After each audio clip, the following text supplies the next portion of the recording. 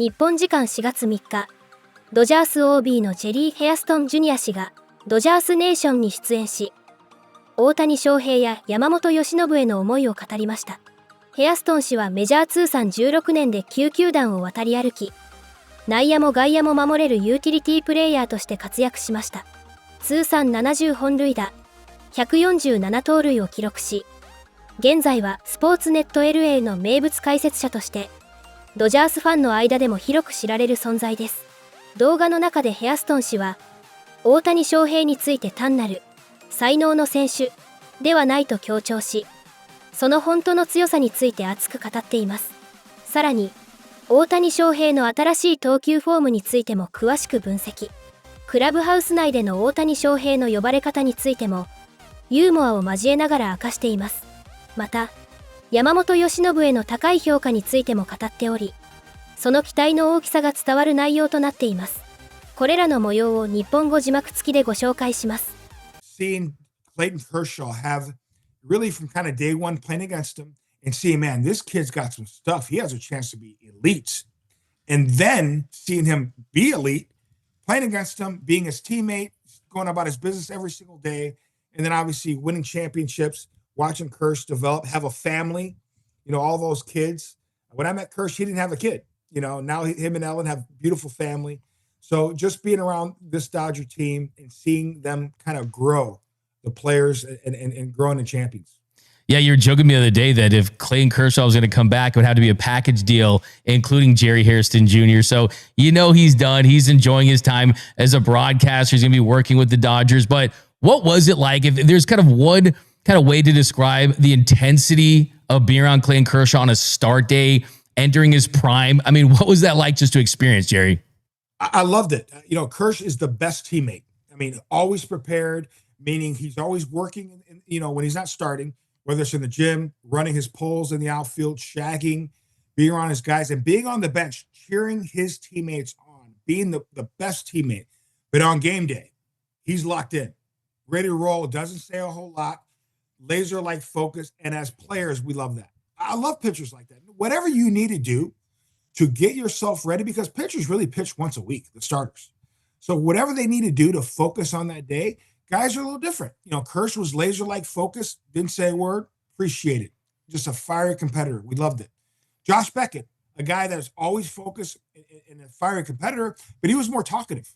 He's always talking, and I remember Josh Beckett come out of the first inning, he put up a 0, and he'd yell at us, "Hey boys, will you score me some runs? I'm pitching my butt off out there. We haven't got a chance to hit yet." You know what I'm saying? Joking. So it's different ways to go about it. But as long as you are focused and ready to go, and Kersh was certainly focused every time he took the hill. First, I want to ask you, though, about the current team, the offense, the top of the order, the top of the lineup. It's 5 games, right? Shohei, Freddie, Mookie, they've had their moments. Shohei's taken really good at bats. But what Dave said really stood out to me was the guys that we have expected to hit aren't hitting as much, but the guys that kind of lower are producing. So it's kind of what you would prefer because those guys are going to come around, right? 100%. Listen, 5 games is nothing. We all know that. Fans know that. We know historically what Shohei Ohtani can do with the bat. Cal Tucker has been a beast at the big league level. He's really going to settle in that 2 spot. We know what Mookie, Freddie, Will Smith can do. So 5 games is nothing. They're going to settle into the lineup. I think it's the biggest key, this Dodger team, this Dodger offense specifically, they want to make sure, especially the bottom half of the lineup, 7, 8, 9 is productive. Last year, 7, 8, 9 really wasn't really productive. So hopefully this year they're off to a good start, led by Pages, hitting in that 7, 8 spot. They're focusing on making sure down the order they're productive and have good at-bats because we know the top of the lineup is going to do their thing. We know it's only a matter of time until they catch fire. Really stood out from last night, Jerry. You got Teo, you got Muncy, guys batting in the 6th hole, the 7th hole. I asked Dave about that after the game, and he's like, hey, those are guys that'd be batting right in the middle of the lineup in most teams around this league. What can you say about just the veteran presence and the buy-in of those 2 guys and what it says just about the culture of this team and the lineup? First Max Muncy. I mean, he's the ultimate glue guy, culture guy, and he stated, he signed the extension. He could have held out and got more money in free agency, but he said, listen, what's the difference of a couple million? I know I want to be here. I love the culture here. We've created something special. I want to be a part of it and continue being a part of it. So for him, continue having great at bats. And last night, having that home run, about 450 feet, tape measure shot, having that guy in the 6th spot, 7th spot at times, it's so important because he knows how to work at bats, especially late in the game. We see Max be clutch so many times.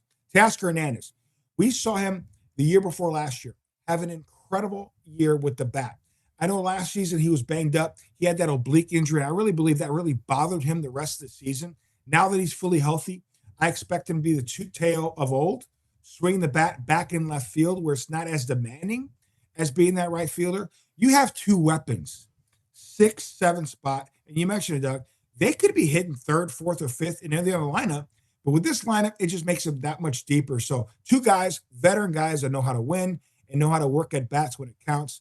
Teo and Max are not overlooked. I'm telling you, they're not overlooked by opposing pitching staff. They know what they can do with the bat, but certainly maybe overlooked with the star power we have in this lineup. Yeah, and of course, Jerry, you're someone who likes showmen. You like MJ Michael Jordan. You like MJ Michael Jackson. You like Bruno Mars. I see the nice Bruno Mars artwork behind you. The greatest show in town right now is Shohei Ohtani. Pitching and hitting at an elite level.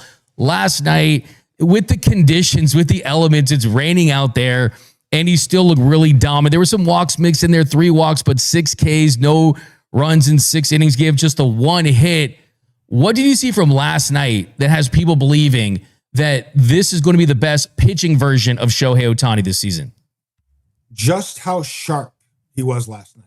And listen, I'm not even going to put the 3 walks on him because, as you mentioned, the slippery conditions last night, it affected Diaz when he came out in that 9th inning. He slipped on the mound 4 or 5 times. I know it affected the Guardians pitcher as well. Guys in the batter's box. It's very rare to see. I can't remember having rain come down at Dodger Stadium. It almost never happens. But for Shohei Ohtani to be that sharp in his first outing, it shouldn't surprise us, man. I mean, this guy makes sure he's prepared, whether it's on the pitching side, make sure he's prepared at the plate. It's not always going to work out because it's the game of baseball, but it ain't because of lack of preparation. This guy makes sure he's prepared, and I just love his new delivery. Now, he showed us that last year, but I think he's perfecting it now heading into this year. It's a really slow, methodical delivery. He's got great rhythm and tempo. And I'm telling you, that is harder for hitters because I like that kind of a, come at you, here it is right here as a hitter. When you have that slow, methodical delivery, sometimes you could pause, mix speeds on his pitches, have 7 or 8 different variety on all his pitches. It's difficult to hit, man. And it just goes to show that he's really starting to perfect that pitching side. And I expect him to be elite as a start of the season. Yeah, you see he's got that little tilt, it feels like, where the shoulder kind of stays back, and then with the legs, you just powering through towards the plate. But do you want to get a big picture here on Shohei Ohtani? I think one thing I always love is if you're in the clubhouse, they don't call him Show as much. They just call him Goat. Like his teammates are, hey, Goat, there you go. Like, that's got to be the best nickname you could get, right? Your teammates call you the greatest of all time. Yeah, is he already the greatest of all time? I'm going to say yes. I think the game that kind of put him over the top for me, listen, there's so many great players that have played. No disrespect to Josh Gibson back in the day, Satchel Paige, Babe Ruth, Lou Gehrig, Hank Aaron, Willie Mays. The game that he had in the playoffs, NLCS, to close out the Milwaukee Brewers, 6 innings, 10 strikeouts. Oh, by the way, 3 tape measure shots. That to me did it. I mean, remember, there's stuff in other sports, they talk about longevity. I'm not big on longevity. It's prime. At your best, what do you look like? What do you look like at your best? In the moments, what do you look like? In a moment, close out the NLCS, pitching dominance, hitting dominance, and what he's done so far, to me, he's the best player I've ever seen. I mean, listen, I told John Hartung yesterday before the pregame show, sometimes I run into players all the time. I'm in Alex's office. Guys talk to me all the time, but I never go in the clubhouse. That's their space. I don't go in the clubhouse. So I usually go through this tunnel to head to the set. And I just so happened to run into Shohei Ohtani, which I run into Shohei all the time. And I always say, what's up, Joe? Hey, what's up? It's always cool. I know it's his game day, pitching. I didn't say a word to him. Kind of looked at him, kind of looked at me. I mean, he was so focused, kind of like Kershaw. I absolutely loved it. I go on set, shows dominate tonight. He is locked in, dominate, because usually he's always happy-go-lucky. He knew, like, hey, I'm not really feeling great at the plate right now. If I'm not getting any hits, guess what? They're not going to get any hits tonight. I'm going to shut them down. So I just love the fact that he had that laser-like focus, heading into last night's start. And you love that as an athlete. That start day Shohei energy, that's just on another level. By the way, you got it like that, by the way. Shohei sits up to Jay Harry. He's got to, say what's up to his guy. I love that. And you mentioned that game in the NLCS. It's the fact that when you say the Shohei game, you can bring up a couple games. Like you can talk about the 50-50, the 6-for-6. You can talk about that. And the only way someone's going to do it again is if he does it. I mean, that's, I think, a marker there. Now, as far as Shohei this season, is he your Cy Young, or do you have Yamamoto? Is it Skeens? Do you want to make a pick? I'll make a pick. Listen, right now, I've always been a believer. I'm hoping Yamamoto wins it this year, but you got to knock out the champ. You got to knock out the champ. So from the Cy Young side, Paul Skeens is that dude, is that champ. So I think Yamamoto makes a run this year, and I think he gets him. Now, I picked Yamamoto at the start of the season. I'm going to stick with my pick. I would love to see Yamamoto and Show battle it out the whole season long and battle out at the very end, and whoever those two wins, awesome. But right now, Paul Skeens is the champ. You got to knock him out. He's the favorite, rightfully so. But my pick is Yamamoto. I'm going to stick with that pick. Hey, he wants to win it too. I love how the consolation prize for Shohei is probably going to be a 5th MVP, a unanimous MVP. Just kind of tells you where he's at.